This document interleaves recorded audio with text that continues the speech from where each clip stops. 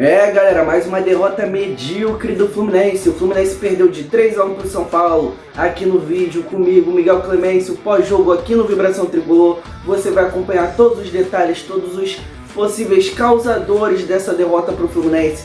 Erros na escalação, erros táticos, falta de reforços, falhas individuais durante o jogo e tudo que envolve também a arbitragem, que errou muito na partida, e tudo que envolve essa derrota do Fluminense para o São Paulo lá no Morumbi por 3-1, você vai acompanhar aqui no vídeo. Então já peço logo para você deixar o like, dar essa moral, o vídeo vai chegar em mais pessoas vão ficar bem informadas sobre o Fluminense. Se inscreve, ativa o sininho para não perder nenhuma novidade, nem do Vibração Tricolor e nem do Flusão. Compartilhe o vídeo para aquela pessoa que você sabe que ama o Fluminense, que ama ficar bem informada sobre o nosso clube. E vamos logo falar dessa derrota aí medíocre do Fluminense para a equipe do São Paulo. Fluminense não é brincadeira, sacode a poeira e mais o povo dele. E vamos começar falando da escalação do Fluminense, né? Um time que o Renato mudou as peças mais uma vez, um time que ninguém estava esperando. O Fluminense foi a campo com Fábio no gol, Manuel como terceiro zagueiro ali, Thiago Silva e Freitas também ali na zaga. No meio de campo, formando a primeira linha, Guga, Bernal, Martinelli e Canóbio. Mais à frente, né, o meio atacante do time, o Lima, e no ataque Everaldo e John Kennedy. Everaldo de centroavante, John Kennedy ali como um segundo atacante, como já vinha sendo especulado do que o Renato poderia fazer. Cara, foi uma escalação bem diferente do que estava vindo. O Renato mudou bastante nas peças. Todo jogo ele está fazendo essa alternância aí de escalação por causa da sequência de jogos de 3 em 3 dias. O Renato fala que está tendo um controle de carga ali para os jogadores não ficarem lesionados, para nenhum jogador estourar. Mas nessa o Fluminense acaba ficando desentrosado. Já entrando na análise da partida, o Fluminense começou o jogo se segurando bem, tendo mais domínio da posse, só que errando muitos passes, errando quando tinha oportunidade ali de criar uma chance. O Fluminense não teve chance. Por quê? No momento que podia criar, no momento que o Guga podia sair na frente, ele errava o passe. Na hora que o Everaldo podia conduzir com espaço aberto no campo, ele adianta muita bola e o jogador de São Paulo erra. Nisso o Fluminense foi cometendo erros, um time que tem muita falta de confiança, tem muita precipitação na hora de decidir as jogadas, acaba perdendo uma bola ali, o São Paulo vai para o ataque, finaliza, a bola vai para escanteio, no escanteio a bola sobra, e o Bernal, ele cabeceia a bola. Tá o time todo do Fluminense saindo da grande área, ele cabeceia pra frente. Ele podia cabecear pra lateral, podia cabecear pra outra lateral que tinha jogador dando opção, pro jogador do Fluminense, que eu acho que era o John Kennedy, que tava mais na frente. Ele cabeceia no pé do cara do São Paulo. Nisso, ele vai, olha o Luciano livre, toca no Luciano, o Luciano cruza na Arboleda, que faz o gol. E abre o placar, né? Mais um gol de bola aérea, mais um erro de marcação. Quem tava na Arboleda era o Guga. Mas o Guga... Não, o erro não foi do Guga, o erro foi da desorganização do Fluminense. Por quê? Pra mim o principal erro é do Bernal, com todo respeito, porque ele dá a bola pro São Paulo. Nisso a defesa do Fluminense tá toda uma zona, porque o time tava saindo, tem que voltar, acaba ninguém marcando ninguém certo ali. O Guga fica com uma Arboleda que tem quase 2 metros de altura, que mal sobe e manda a bola no ângulo, sem chance nenhuma pro Fábio. O Fluminense que já começa ali com os 20 e poucos minutos do primeiro tempo tomando o 1-0. Nisso o São Paulo vai para cima, o São Paulo continua pressionando, continua tendo chances. Nisso um jogador de São Paulo, que agora eu não vou lembrar de certinho quem foi, finaliza, a bola bate na coxa do Freitas, sobra no braço do Martinelli e é marcado pênalti pro São Paulo. Nisso o Martinelli levou um cartão amarelo. Para mim não foi erro do Martinelli, porque ele estava se posicionando ali, a bola acaba desviando no Freitas e por um azar acaba batendo no braço do Martinelli. E o Fábio, né, que não preciso nem falar muito dele, pegou o pênalti, um goleiraço, ídolo do Fluminense, pegou o pênalti. E o Fluminense continuou ali tentando, mas sem eficiência nenhuma chegar ao ataque, cometendo erros. O São Paulo continuou indo para cima, o Fluminense sentava, errava, o São Paulo ia para cima e ficou nisso ali até o final do primeiro tempo. No início da segunda etapa, vou pegar até aqui as anotações de novo, o Renato altera tudo no time. Ele faz uma alteração mudando o time do 3-5-2 para o 4-3-3. Ele acaba tirando Lima, Martinelli, ele tirou John Kennedy, Martinelli, Canóbio e Manuel. Ele acabou colocando, né, o Kevin Serna, o Hércules o Soteldo e o Samuel Xavier. Ou seja, ele tira o Manuel e bota o Samuel Xavier puxando o Guga da direita para a esquerda, formando uma linha de 4. No meio campo, ele tira o Canóbio, querendo ou não, que estava fazendo uma função ali de ala esquerda, e bota o Serna indo para frente. Ele bota o Soteldo no lugar do Canóbio, tira o John Kennedy e bota o Hércules. Ou seja, o Fluminense forma uma linha de 4, forma uma linha de 3 e outra linha de 3 mais à frente. O Fluminense fica mais ofensivo, começa jogando melhor, começa indo para cima do São Paulo. Só que em um lance muito polêmico, teve um cruzamento ali de São Paulo, no contra-ataque. O Ferreirinha estava sozinho dentro da área. Ah, mas ele estava impedido. Não vou entrar no mérito de tal ou não está impedido. A CBF é uma merda, o juiz, o VAR, erra muito aqui no Brasil.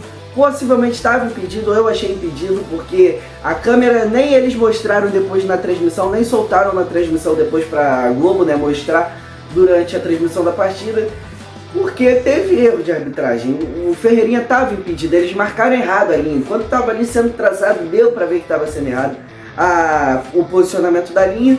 O Ferreirinha sozinho, mais um erro tático do Fluminense, cabeceia pro fundo do gol, o Fábio sem chance nenhuma mais uma vez, o Ferreirinha sozinho, na entrada da pequena área, cabeceia pro chão forte, e o Fábio vai fazer o quê? Vai fazer milagre? Por mais que ele seja um goleiro que faça muitos milagres, sem chance nenhuma pra ele. Aí o Fluminense volta aí pra cima, o Fluminense volta aí pro ataque, mas sem eficiência. O Renato tira o Lima, bota o Ganso entra bem na partida, diferentemente do que ele entrou contra o Palmeiras na última quarta-feira. O Fluminense começa a criar mais chances, mas sem eficiência, sem finalizar. O Fluminense não conseguia. O Fluminense cruzava, a zaga do São Paulo tirava. Cruzava, a zaga do São Paulo tirava. E nessa, uma hora a zaga do São Paulo se precipitou, porque não tinha ninguém do Fluminense da área. Cabeceia a bola sobra para o Samuel Xavier, que acerta um chutaço. A bola bate na trave, morre dentro do gol. O Fluminense diminuiu o placar, continua indo para cima, só que errando. O Fluminense dava a bola para o São Paulo, dava oportunidade para o São Paulo nessa, já mais para o final do jogo, já nos acréscimos. A bola sobra no meio, o cara dá um toque lá na frente, sai correndo, cara a cara com o Fábio, tinha uma opção ali de passe, o Thiago Silva estava fechando, ele finalizou, cara a cara com o Fábio, sem chance pro Fábio defender mais uma vez, não foi culpa do Fábio de novo. E o Fluminense tomou um 3-1, passando vergonha, lá no Morumbi. Torcida do São Paulo falando que a gente não tem Mundial, por mais que tenha o título 52, né, o título da Copa Rio de 1952, eles têm três, podem zoar a gente, querendo ou não. Então foi meio constrangedor, o Fluminense levou um supapo do São Paulo, foi provocada a torcida do Fluminense, porque esses bosta desses jogadores, aí eu vou incluir até os ídolos que estão lá jogando de campo, estão um pouco se ferrando, o salário deles estão caindo no final do mês. Quem sofreu foi a torcida do Fluminense, que foi lá a São Paulo no Morumbi ver o jogo, a torcida do Fluminense que está aqui. Esse que ficou sofrendo, não foi o jogador, não foi o Mário, não foi o Renato Gaúcho, foi o torcedor do Fluminense de verdade que ficou sofrendo vendo essa partida. Agora, falando mais das atuações individuais, vou dar um cortezinho aí para dar uma separada e vamos logo falar das atuações individuais. Agora, falando das atuações individuais, vou começar falando com a escalação que começou jogando, né, que o Renato mandou a campo logo no início da partida. Fábio foi muito acionado, teve muitas ocasiões ali que ele precisou fazer defesaças. O Fábio é um goleiraço, pegou pênalti, tinha que sair muito, porque a bola sempre sobrava para alguém de São Paulo, ele ia lá, dava um chutão, conseguia recuperar a bola. Uma partida boa do Fábio, tomou 3 gols, mas os 3 gols, nenhum foi culpa dele. O gol anulado até do São Paulo ali, né, com o Luciano, que a bola bate no braço do Luciano, não foi culpa do Fábio, porque ele estava na bola, se a bola bateu no braço do Luciano e cobriu ele, foi um gol anulado. Então o Fábio acabou fazendo uma partida boa, mas que não conseguiu fazer uma salvação mesmo do Fluminense, por mais que tenha feito várias defesas e pegado um pênalti, mas não é culpa dele a derrota, longe disso. Manuel, ele tá há muito tempo sem jogar. A última vez que ele jogou foi em maio, dia 31 de maio, eu acho, pelo que falaram na transmissão. É um jogador que estava inseguro, não estava tendo confiança para conseguir tocar a bola na frente, para sair conduzindo a bola. Deu uma cabeçada ali para fora no final do primeiro tempo, que não tinha o que ele fazer. Ele também tentou, né, finalizar, a bola foi bem longe do gol, mas ele estava sem confiança. Para mim é uma partida ruim do Manuel, né? Um jogador que ruim entre aspas, né? Porque ele não fez nada que prejudicou, não fez nada que ajudou, uma partida nula, né, do Manuel.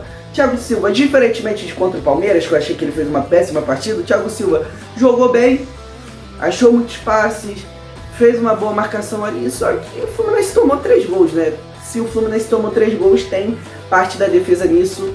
E fechando com o Freitas é aquele maluco, né, que deu um chutaço ali no final do jogo, quase foi gol dele no meio da rua que ele chutou, mas também uma partida meio ruim do Freitas, com alguns erros, mas nada que tenha sido culpa dele, né, durante a partida.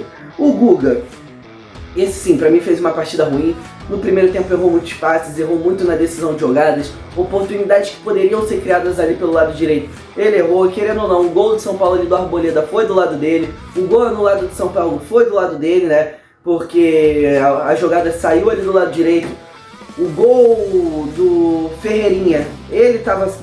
Cadê? Era ele ali no Ferreirinha. Se você for olhar o replay do lance, quem tá atrás é o Serna.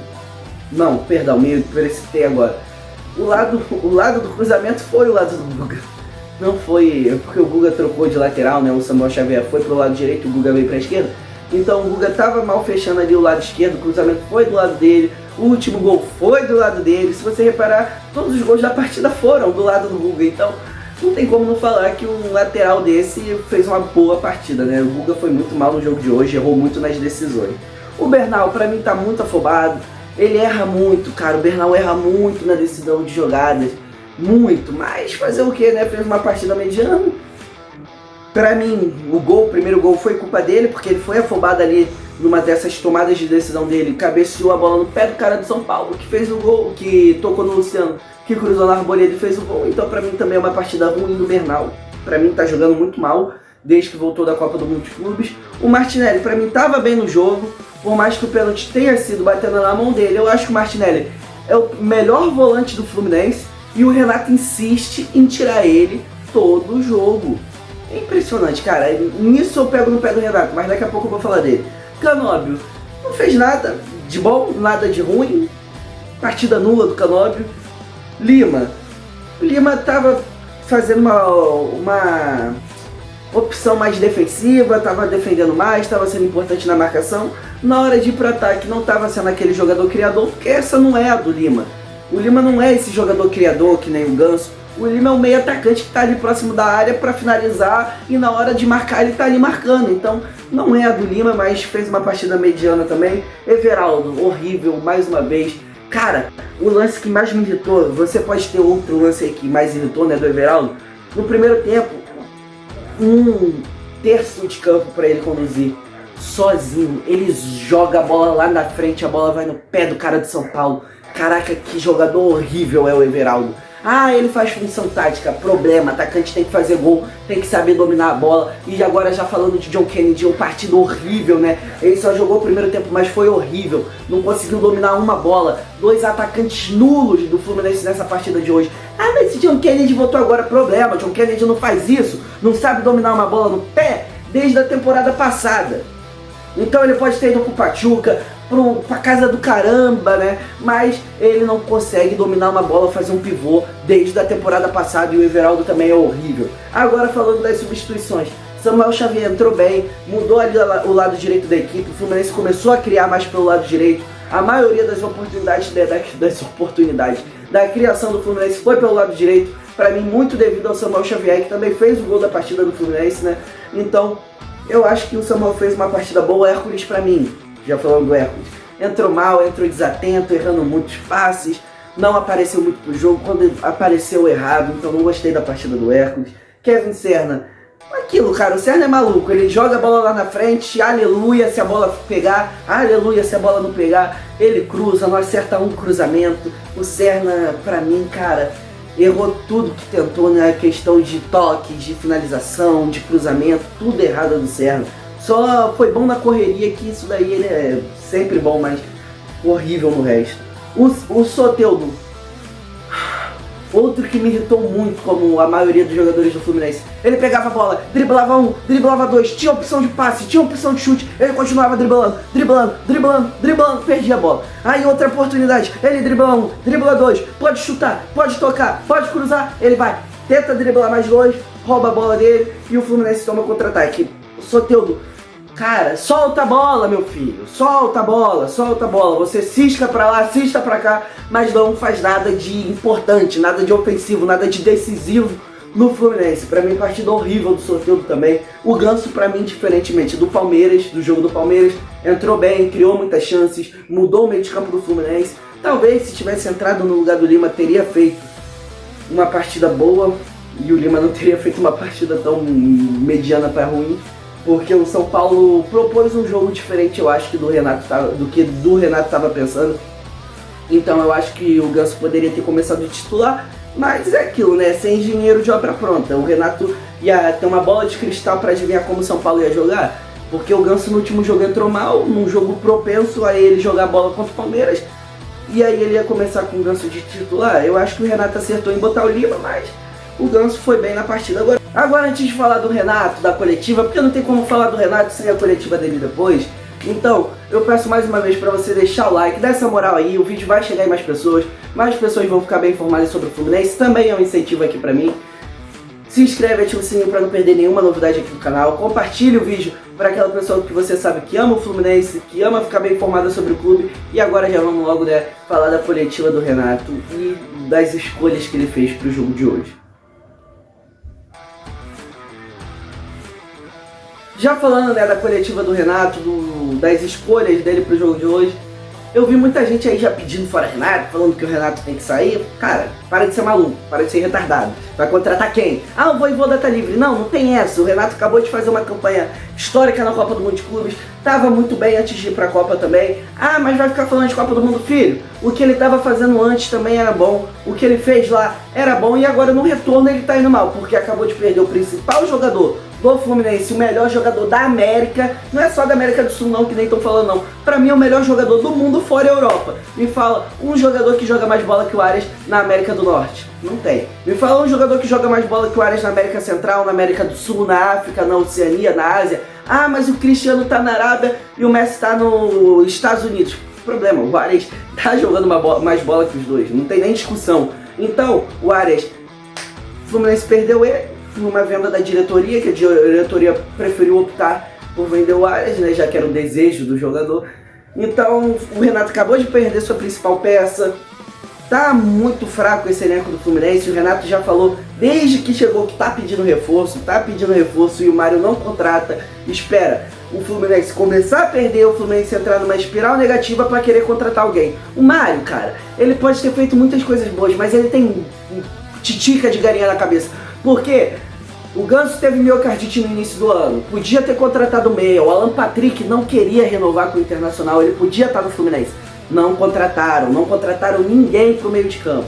Aí agora que o Ganso não está desempenhando bem e que não tem outro meio campista, aí o Mário quer procurar um meio campo no mercado, depois que perdeu o Arias, um ponta. O Fluminense foi no mercado, gastou 40 milhões no Canóbio, 30 milhões no Soteldo, que são dois jogadores medianos, que provavelmente não desempenhariam bem, e todo mundo sabia disso, mas eles decidiram apostar, não estão indo bem. O Fluminense vai atrás de um ponta, vai gastar mais dinheiro, provavelmente vai demorar um pouco para chegar, se for o Inês Trouxa, e quer buscar um centroavante. Primeiro, o Everaldo nem era para ter sido contratado. Segundamente, o Everaldo está desempenhando mal, todo mundo já sabia que o Cano não vinha bem, aí por um milagre o John Kennedy para de jogar bola lá no México e acaba voltando.